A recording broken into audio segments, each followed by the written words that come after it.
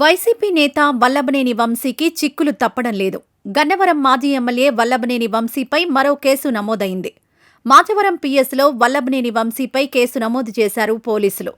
సునీల్ అనే వ్యక్తి ఫిర్యాదుతో వల్లభనేని వంశీపై కేసు నమోదు చేశామని పోలీసులు తెలిపారు. 2024 జూలైలో వల్లభనేని, ఆయన అనుచరులు తనపై దాడి చేశారని బాధితుడు సునీల్ ఫిర్యాదులో పేర్కొన్నాడు. దీనికి సంబంధించి వల్లభనేని వంశీ సహా మరో 8 మందిపై కేసు నమోదు చేశారు పోలీసులు. ఈ ఘటనకు సంబంధించిన పూర్తి వివరాలను పోలీసులు సేకరిస్తూ దర్యాప్తు కొనసాగిస్తున్నారు.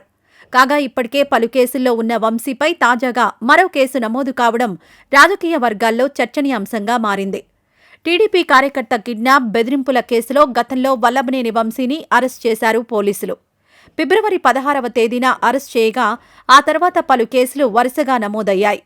ఇలా వంశీపై 11 కేసులు నమోదవడంతో 140 రోజులు జైలులో గడిపి బెయిల్పై బయటకొచ్చారు. ఇప్పుడు మరో కేసు నమోదు కావడం హాట్ టాపిక్ అవుతోంది.